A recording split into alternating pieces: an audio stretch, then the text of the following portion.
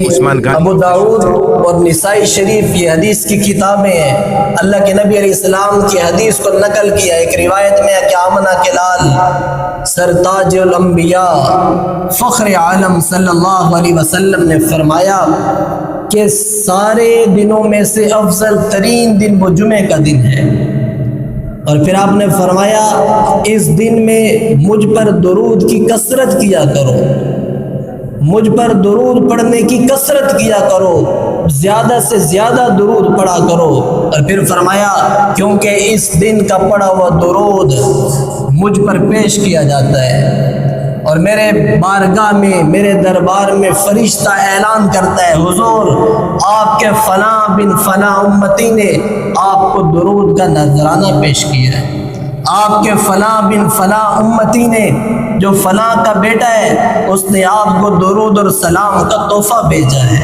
کیا مقدر ہیں، کیا نصیب ہیں ہمارے، کہاں ہم، کہاں حضور، کہاں ہم اور کہاں بارگاہ مصطفیٰ، کہاں میرا نام، میرے باپ کا نام، اور کہاں بارگاہ رسالت معاذ صلی اللہ علیہ وسلم کہ حضور کی بارگاہ میں نام لیا جا رہا ہے کہ عثمان نے بھی آپ پہ درود پڑھا جو بیٹا ہے یعقوب کا۔ کیا مقدر ہے اس امت کے، کیا نصیب ہے اس امت کے۔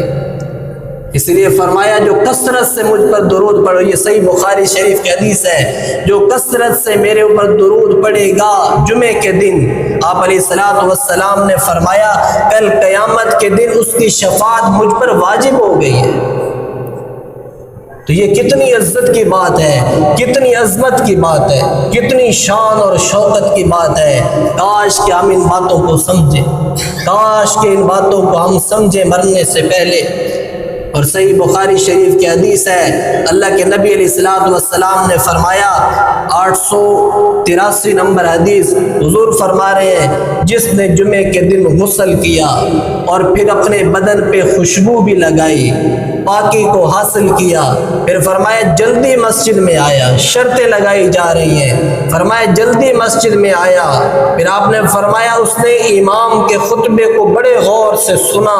اور خاموش بیٹھا رہا، ادب کے لحاظ میں بیٹھا رہا، ادب کے تقاضوں کو پورا کرتا رہا۔ آمینہ کے لال جناب رسول پاک صلی اللہ علیہ وسلم نے فرمایا مجھ محمد کو رب کعبہ کی قسم ہے، اللہ اس بندے کے جو ایک کیا کیا، جمعے کے دن اس نے غسل جلدی کیا، نمبر 2 وہ مسجد میں جلدی آیا، نمبر 3 یہ صحیح بخاری شریف کی حدیث ہے، امام مسلم نے بھی اس حدیث